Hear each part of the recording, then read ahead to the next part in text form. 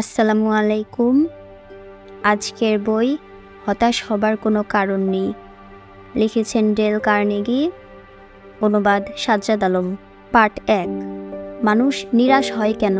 আমাদের সাধারণ ধারণাটা হচ্ছে মানুষ যখন বিশেষ একটা আশা নিয়ে কাজ করে এবং বিফলতার মধ্য দিয়ে তার সেই আশা ভঙ্গ হয়, তখনই মানুষ হতাশ হয়ে পড়ে।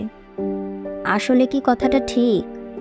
বিকলতা মানুষকে অকেজো করে ফেলে ঠিকই, কিন্তু জীবনে যারা জয়ী হয়েছেন তারা তো কম বেশি সবাই এই বিফলতার উপর পা ফেলেই সামনের সৌভাগ্যের প্রাসাদের সিঁড়ি খুঁজে পেয়েছেন। তাহলে যখন মানুষ হতাশ হয়, কাজের মধ্যে একের পর এক বাধা সৃষ্টি হলে? না, তাও নয়। মিল্টন তো বলেই গেছেন, উচ্ছল বেগবান নদীকে বয়ে চলতে চলতে কত বাধার প্রাচীর ডিঙিয়ে যেতে হয়। জীবনে এমনটি আসবে, তাতে বিচিত্র কি? অল্প বাধা বরং মানুষের কর্মশক্তিকে পূর্ণভাবে নাচিয়ে তোলে। মানুষের হতাশ হবার কারণ সম্পর্কে পরে আপনি নিজেই সঠিক ব্যাখ্যা দিতে পারবেন। তার আগে একটি কথা, শ্রেণীগতভাবে যারা হতাশার শিকার হতে থাকে তাদের মাঝে দারুণভাবে যে গুণটির অভাব পরিলক্ষিত হয় সেটি হচ্ছে প্রচণ্ড আত্মবিশ্বাস। প্রচণ্ড আত্মবিশ্বাসে বলীয়ান কোনো ব্যক্তি সমস্ত পরাজয়, বাধা, বিপত্তি ও বিফলতাকে সাদর আমন্ত্রণ জানায়, তাকে এড়িয়ে যায় না। কারণ সে জানে নিজের কর্মক্ষমতা ও চরিত্রকে মজবুত করে গড়ে তোলার জন্য এগুলো হচ্ছে প্রয়োজনীয় লোহার কড়িবর্গ। বিপদকে তারা জীবনের কঠোর শিক্ষাদাতা হিসেবে গ্রহণ করে। হয়তো তারা রিচার্ড বাক্সটরের মতো মনে করে, বিপদ ভয়কে ডেকে আনে ঠিকই, কিন্তু ভয় বেশিরভাগ ক্ষেত্রে বিপদকে ডেকে আনে। হতাশার 3টি কারণ। 1. নিজের কর্মক্ষমতা সম্পর্কে অগাধ বিশ্বাসের অভাবে তথা আত্মবিশ্বাসের অভাবে। 2. অপরিসীম ধৈর্যের অভাবে। 3. কর্ম সম্পাদন কৌশলকে আবিষ্কার করতে না পারলে অথবা অন্যের আবিষ্কৃত কৌশলে চলতে গিয়ে সেটা আয়ত্তে না আনতে পারলে। এবার নিজেই বুঝতে পারবেন মানুষ কখন হতাশ হয়। পৃথিবীতে যতটা সমস্যা রয়েছে তার চেয়ে বেশি রয়েছে সমাধানের পথ। যারা এই পৃথিবীতে ব্যর্থ ও পরাজিত তাদের জন্য একটি পরোক্ষ সুসংবাদ দিয়েছেন বেঞ্জামিন ফ্রাঙ্কলিন। জনাব ফ্রাঙ্কলিন বলেন, সফলতা অনেক সময় মানুষের জীবনে পতনকে ডেকে আনে। সফল ও সার্থক লোকদের সামনে সাধারণত যা অপেক্ষা করে সেটা হচ্ছে স্থবিরতা ও নতুন করে আশাভঙ্গের সম্ভাবনা। অথচ ব্যর্থ, অসার্থক ও হতাশাগ্রস্তরা যদি বারংবার বিফলতার পর পুনঃ পদক্ষেপ নেয় তবে তারা সার্থকতার স্বর্ণসিঁড়ি খুঁজে পাবে ও পেয়ে থাকে। জোসেফ এডিসন হতাশাগ্রস্তদের জন্য একটি জবরদস্ত মজার কথা শুনিয়েছেন। এডিসন নিজেই বহুবার ব্যর্থতার শিকার হয়েছেন। এমনভাবে ব্যর্থ খুব কম লোককেই হতে দেখা যায়, অথচ এডিসন থেমে যাননি বা হতাশার শিকার হননি। এভাবে ভেঙে পড়লে কালের ইতিহাসের পাতা অমর বিজ্ঞানী এই জোসেফের নাম বহু আগেই তার মুখ থেকে মুছে ফেলত। এডিসন বলেছেন, কোনো মানুষেরই হতাশ হবার কারণ নেই যদি সে জীবনের ক্ষেত্রে 4টি বিষয়ে মনোযোগী হয়। কি সেই 4টি বিষয় যেটাকে জীবনে গ্রহণ করে এডিসন বিজয়ের মালা পেয়েছেন এবং হতাশাগ্রস্তদের জন্য উপদেশ দিয়েছেন? 1. অধ্যবসায়কে করো তোমার অন্তরঙ্গ সুহৃদ। 2. অভিজ্ঞতাকে করো তোমার বিজ্ঞ মন্ত্রণা দাতা। 3. সতর্কতাকে করো তোমার অগ্রজ। 4. আশাকে করো তোমার তত্ত্বাবধায়ক প্রতিভা। এই 4টি বিষয়কে যিনি নিজের জীবনে আঁকড়ে ধরতে পারেন, ব্যর্থতা তাকে দেখে পালাবে। হতাশা তার ধারে কাছেও ঘেঁষতে পারবে না।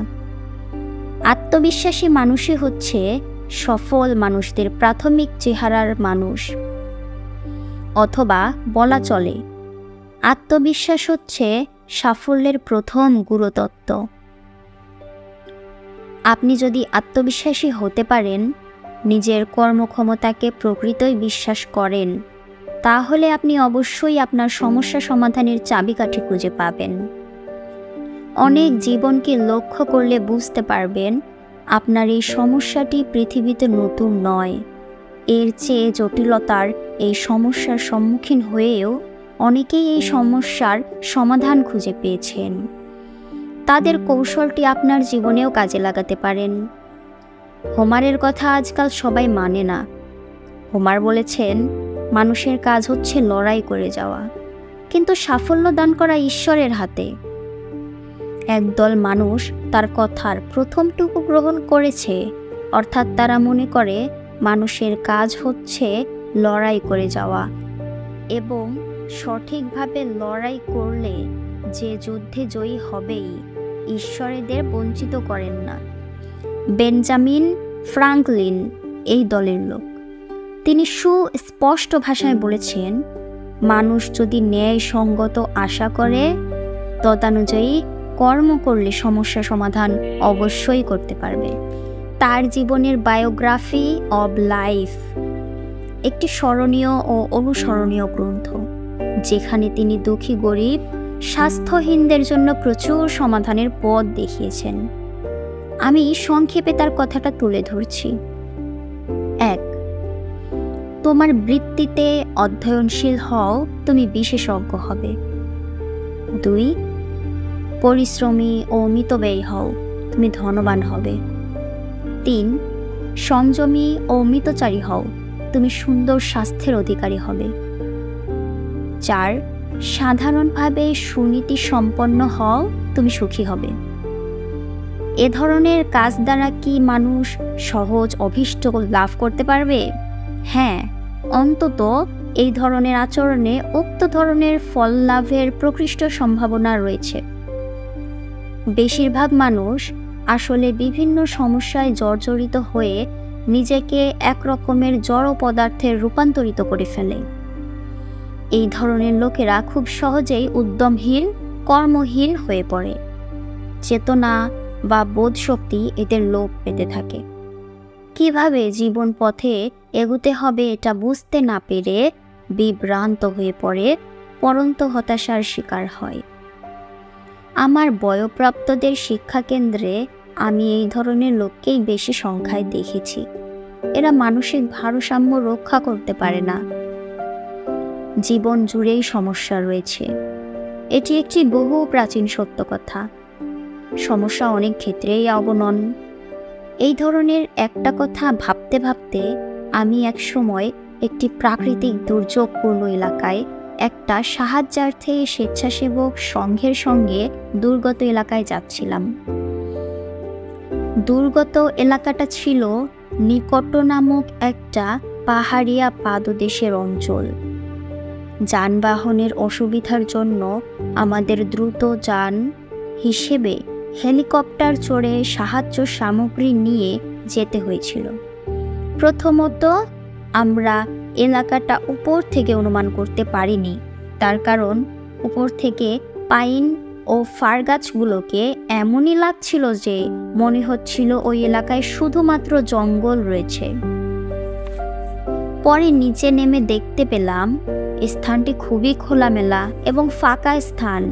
কিছু কিছু পাইন ফার গাছ এখানে ওখানে ছড়িয়ে ছিটিয়ে আছে বটে, তবে এটাকে তেমন জঙ্গল এলাকা মনে হচ্ছে না যেমনটি উপর থেকে মনে হয়েছিল। সেই কথাটা আজ এই অধ্যায় লিখবার সময় আমার মনে আসছে। একই স্থানকে উপর থেকে জঙ্গল মনে হলো এবং সেই একই স্থানকে নিচে থেকে ফাঁকা খোলামেলা স্থান মনে হলো। এটা কেন? এক একটা জিনিসকে এক একভাবে এক এক রকমের দেখা যায়। সমস্যাও ঠিক তাই। কেউ যদি এটাকে বাড়িয়ে দেখে তবে সমস্যার চেহারা তার কাছে বড়ই মনে হবে, এবং কেউ যদি এটাকে কমিয়ে দেখে তবে তার কাছে এটাকে কমই মনে হবে। আমি আমার প্রশিক্ষণ কেন্দ্রে 2 জন লোকের ভর্তি সাক্ষাৎ নিয়েছিলাম। একজনের নাম জোসেফিন এমারসন এবং অন্যজনের নাম সাইসিয়ারাস। আমি উভয়কেই তাদের সমস্যা কি এই বিষয়ে প্রশ্ন করি এবং যে যার সমস্যার জবাব দেয়। জবাব দুটি খুবই মজার এবং প্রাসঙ্গিক বলে এখানে তুলে দিচ্ছি। এমারসন তার সমস্যা সম্পর্কে বলল, তার প্রতিদিন সংসারে ঝগড়া করতে হয়। তার কারণ তার রুগ্না স্ত্রী ডেলিফিনের জন্য বড়দিনে সে একটা উপযুক্ত দামি গাউন কিনে দিতে পারেনি। প্রতিদিন স্ত্রী এই নিয়ে খচখচ করে। সে বাচ্চাদের মনের মতো স্কুলে ভর্তি করে দিতে পারেনি এবং বাচ্চারা পড়শিদের ছেলে মেয়েদের মতো ডিনার এবং লাঞ্চে স্কোয়াচিক খাবার খেতে পারছে না বলে তার প্রতি প্রায়ই মারমুখো হয়ে ওঠে, ইত্যাদি ইত্যাদি। মোটমাট এমারসনের সমস্যা সে প্রায় 7 মিনিট কাল একধারে বয়ান করেছে। অথচ ঠিক একই ধরনের সমস্যায় ভোগে ব্যক্তি সাইসিয়ারাস তার সমস্যাকে কিভাবে ব্যক্ত করেছে দেখুন। সে আমাকে বলল, একটি মাত্র কথা, সমস্যাটি অর্থনৈতিক। আমার নিজের ও সংসারের জন্য আরও অর্থ প্রয়োজন। সাইসিয়ারাস এমারসনের কথাই বলেছে, তবে গাছের শাখা প্রশাখা পত্র মঞ্জুরির ব্যাখ্যা না দিয়ে মূল বিষয় বা কাণ্ডের বর্ণনা দিয়েছে। আমাদের মাঝে উপরোক্ত 2 ধরনের লোকই রয়েছেন। একই দল সমস্ত সমস্যাকে বিস্তৃত করে দেখেন, অন্য দল সমস্ত সমস্যার মূলটি লক্ষ্য করে সংক্ষিপ্তভাবে তাকে চিন্তা করেন। আমাদেরকে সাইসিয়ারাসের মতো সমস্ত সমস্যাকে ছোট করে তার মূল বিষয়ে আনতে হবে। মূলত মানুষের সমস্যা খুব বেশি নয়। আজকাল দরিদ্র দেশগুলি সমস্যায় জর্জরিত একথা না বলে বিশ্লেষণ করলে দেখা যাবে তাদের সমস্যার সংখ্যা মাত্র 4 বা 5টি। তারা 1. পরিমিত খাদ্য চায়, 2. প্রয়োজনীয় বস্ত্র চায়, 3. থাকবার উপযুক্ত বাসস্থান, 4. শিক্ষা বা চিকিৎসার সুবন্দোবস্ত চায়। মানুষের জীবনকেও সমস্যা মুখল করে দেখার কোনো মানে হয়?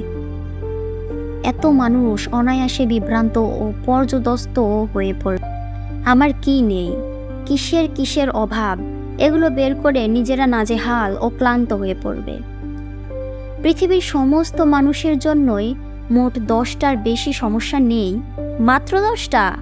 বলেন কি? এরকম মনে হতে পারে। তবুও আমার ফিরিস্তিটা পড়ে দেখুন আপনার সমস্যা এর বাইরে যায় কিনা। সমস্যাগুলো হলো অর্থনৈতিক সমস্যা, সামাজিক সমস্যা, রাষ্ট্রীয় সমস্যা, পারলৌকিক সমস্যা, পারিবারিক সমস্যা, দুর্ভাগ্যজনিত সমস্যা, জন্মগত সমস্যা, ভুল করা, বিভ্রান্ত হওয়াজনিত সমস্যা, মানসিক সমস্যা, যৌন সমস্যা। আপনার যে কোনো সমস্যাকে এই 10টি সমস্যার আওতাভুক্ত করা কি সম্ভব নয়? সাদা একটা কাগজ নিয়ে স্থির চিত্তে আপনার যাবতীয় সমস্যার কথা লিখে ফেলুন। তারপর উপরের শ্রেণী বিভাগে তাকে ফেলুন। শুনে দেখুন আপনার সমস্যা মোট কটি। এর বাইরে আর সমস্যা নিয়ে টানাটানি করবেন না। অর্থনৈতিক সমস্যা মানুষের পার্থিব ও বাহ্যিক জগতের একটি মূল সমস্যা। অর্থের অসম বন্টন তথা প্রাচীন যুগের সম্পদের হেরফের সরদারি আদিম যুগ থেকে মানুষের জন্য অমঙ্গলজনিত ফলাফল দিয়ে এসেছে। পৃথিবীর মোট অর্থ এবং মানুষ সংখ্যা পরিসংখ্যান বিভিন্ন বক্তারা বিভিন্ন মতামত ব্যক্ত করেছেন।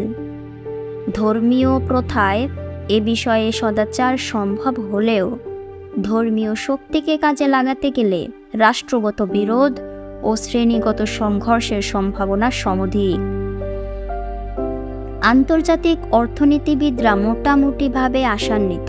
তাদের মতে পুঞ্জীভূত পাহাড় তুল্য অর্থ একক হাতে যেভাবে কুক্ষিগত হয়ে আছে তার সমবন্টন হলে বিশ্বের দারিদ্রতা মোটামুটি ঘুচে যেতে পারে।